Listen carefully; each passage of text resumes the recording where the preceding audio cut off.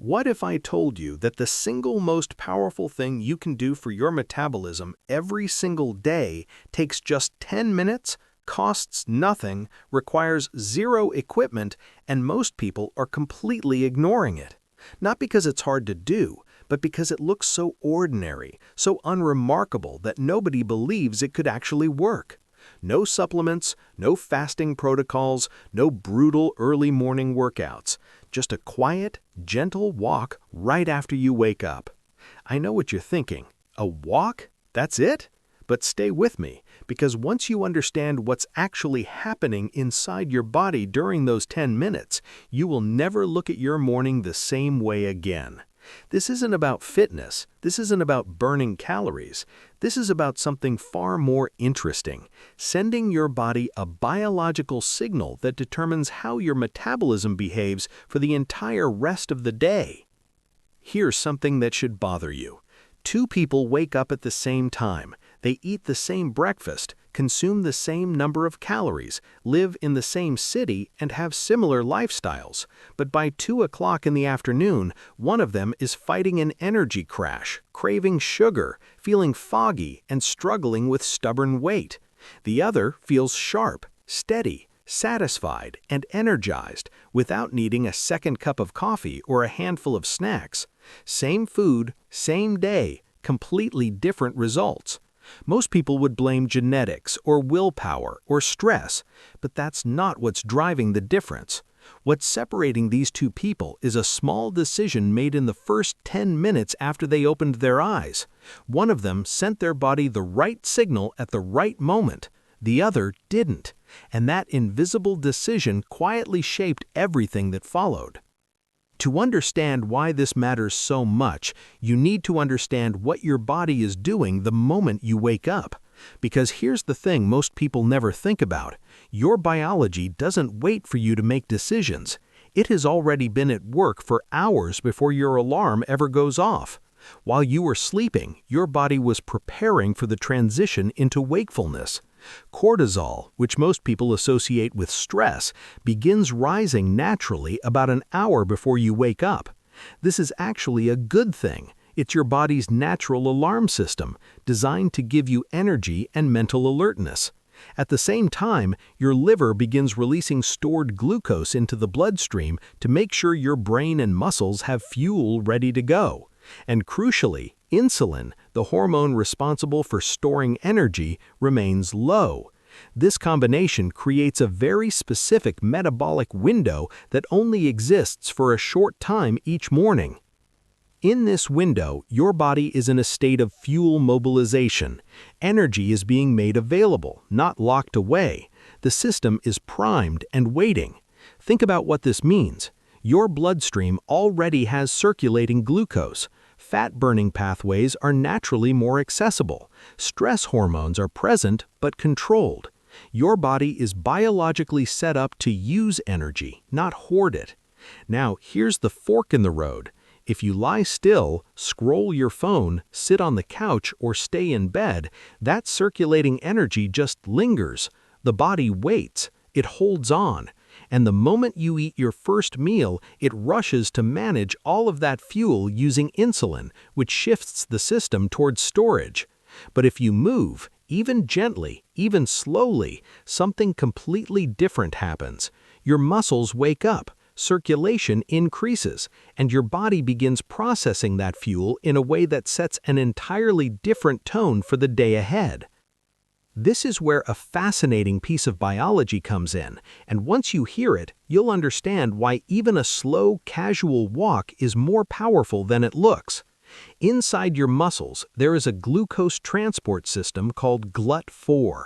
Under normal circumstances, insulin acts like a key that unlocks your muscle cells so glucose can enter and be used for energy. But here's what most people don't know. Muscle contraction itself can activate GLUT4 without insulin. When your muscles move, they create what you could call a back door for glucose to enter your cells completely independent of insulin. This means that when you go for a gentle walk in the morning while insulin is still low, your muscles start pulling glucose out of the bloodstream directly. You are literally rerouting fuel. You are teaching your body through movement that energy is meant to flow toward usage rather than storage, and you're doing it at the exact moment the system is most receptive to that lesson. 10 minutes is genuinely enough, and this surprises people because we live in a culture that's obsessed with intensity. We're told to push harder, go longer, burn more, sweat more, feel more exhausted to prove we did something worth doing. So a 10-minute stroll around the block feels almost embarrassing in comparison. But you have to let go of the idea that effort equals results when it comes to this particular habit. The goal isn't exhaustion. The goal is signaling. You are not trying to burn off last night's dinner. You are not chasing a calorie target. You are sending your metabolism a message in a language it has understood for hundreds of thousands of years. Movement in the morning means the day has begun. Energy should be used, and the body should operate in an active, efficient state. That message doesn't require volume. It requires timing and consistency. 10 minutes done gently and done daily is more than enough to activate this effect. Once that early signal is sent, the benefits begin to stack in ways that ripple through your entire day without you having to do anything else. The first thing that changes is your blood sugar response to breakfast. Because your muscles have already absorbed some of the circulating glucose through that morning walk, they are primed and ready to absorb more. When you eat, the rise in blood sugar is smaller and more gradual. You don't spike as hard. You don't crash as fast. This alone explains why people who walk in the morning often describe their energy as steady and even throughout the day, while people who skip it tend to feel that familiar mid-morning slump that sends them reaching for caffeine or something sweet. The walk didn't change what you ate. It changed how your body processed it by preparing your muscles before the meal ever arrived. That leads to something even more significant: improved insulin sensitivity. When your muscles have recently moved and recently absorbed glucose, they respond more efficiently to insulin later in the day. Your body needs less of it to handle the same amount of food. And this is enormously important because when insulin stays low and moderate throughout the day, your body becomes far more willing to burn stored fat between meals. High insulin is essentially a fat storage signal. It tells your body to hold on. Moderate insulin is a fat usage signal. It tells your body it's safe to let go. A 10-minute morning walk quietly shifts you toward that second state without dieting, without restricting, without doing anything dramatic. You are simply changing your hormonal environment through movement at the right time. The effect on cortisol is equally interesting and often completely overlooked. People worry about cortisol because it gets tied to weight gain and stress eating and all sorts of metabolic problems. But the issue was never cortisol itself. The issue is cortisol that stays high when it shouldn't. Normally, cortisol peaks in the morning and then gradually tapers off. But modern life disrupts this curve. Sitting still, staring at screens, skipping movement, these things can cause cortisol to linger longer than it should, leaving you feeling wired but exhausted by afternoon. A gentle morning walk actually helps regulate this curve. It gives cortisol a constructive outlet. The body gets the message that the stress response was useful, that movement happened, and that it's now safe to let cortisol come down. The result is a smoother, more natural hormone curve that reduces afternoon cravings, especially for carbohydrates and sugar, which are very often driven by cortisol staying elevated too long. Your appetite changes too, and this might be one of the most immediately noticeable effects. People who build this habit consistently report something they didn't expect. Their hunger becomes calmer and more predictable. Instead of that urgent, almost frantic craving that hits out of nowhere and makes you want to eat everything in sight, hunger shows up as a reasonable, proportional signal. You feel hungry, yes, but it feels manageable. You feel satisfied after eating without needing to overdo it. This isn't a willpower upgrade. Your personality didn't change. Your discipline didn't improve overnight. What changed is the chemistry underneath. Stable blood sugar, moderate insulin, and a well-regulated cortisol curve all work together to quiet the hormonal noise that drives overeating. The walk didn't put you on a diet, it just made your body's hunger signals more trustworthy. Mental clarity is another benefit that shows up reliably and quickly. Light movement in the morning increases blood flow to the brain. It also supports the gentle release of dopamine and a compound called BDNF, which stands for brain-derived neurotrophic factor, essentially a growth and maintenance protein for your brain cells. You won't feel artificially stimulated or buzzed the way you do from caffeine. What you'll feel is quiet, grounded clarity. Tasks feel easier to start. Focus feels more accessible. Decisions feel less overwhelming. This is what it feels like when your brain is receiving fuel efficiently instead of fighting through fluctuations. And because blood sugar is more stable after the walk, that clarity tends to last for hours rather than disappearing the moment your coffee wears off.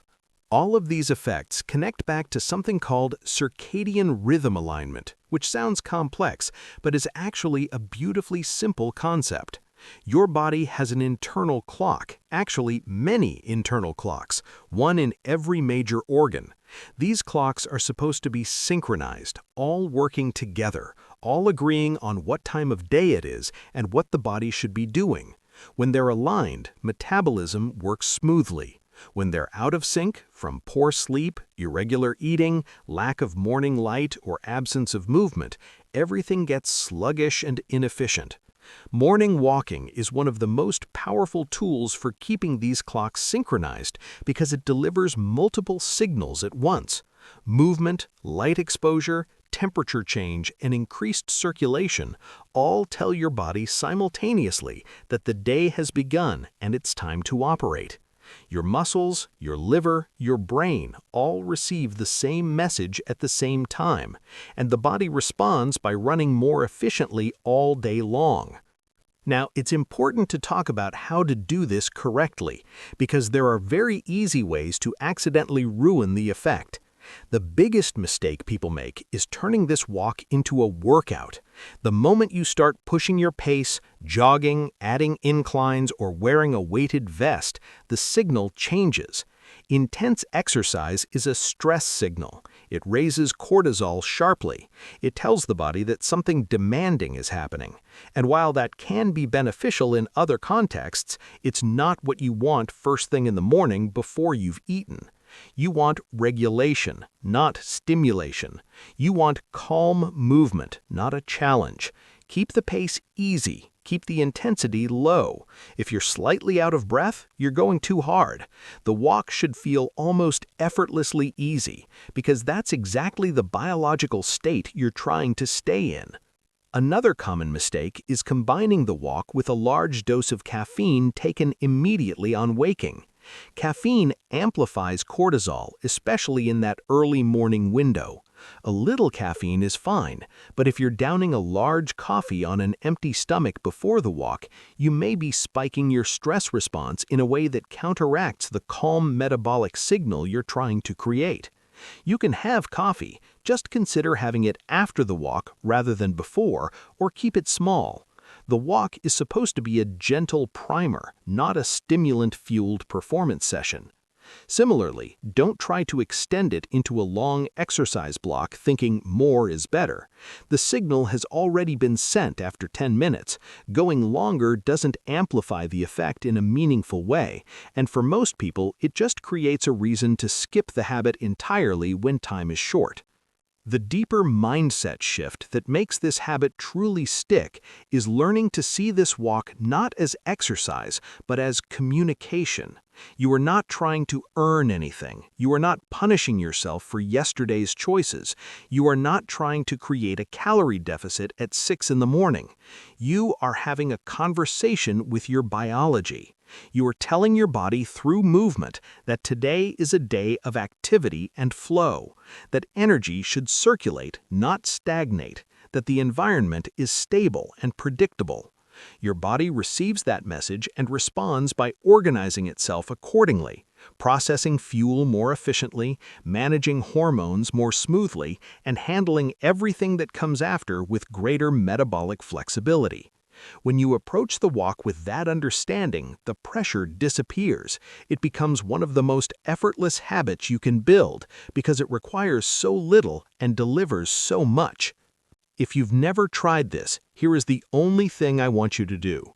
For the next 7 days, walk outside for 10 minutes within 15 minutes of waking.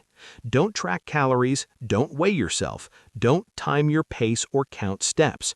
Just walk gently, preferably outside where you get some natural light, and then go about your morning. Pay attention to how your energy feels compared to days you skipped it. Notice whether your hunger feels calmer. Notice whether your focus comes more easily in the late morning. Notice whether that 3 o'clock wall hits you as hard or barely shows up at all. These are the real metrics. These are the signals that tell you whether your metabolism is running in your favor or against you. And for most people who try this consistently, the results are quiet but unmistakable. Not dramatic, not overnight, but steady, compounding, and deeply reliable. The most powerful health decisions fairly feel heroic. They feel almost too simple to matter right up until the moment you actually understand the biology behind them. A 10-minute walk after waking isn't impressive. It won't make a great transformation photo. You won't be breathless or sore afterward. But under the surface, in a language your body has spoken for its entire existence, you will be sending a message that shapes your energy, your appetite, your hormones, and your metabolism every single day. That's not a small thing. That's everything. And the beautiful part is, it's available to you tomorrow morning completely free, requiring nothing but the willingness to step outside and let your body remember what it was always designed to do.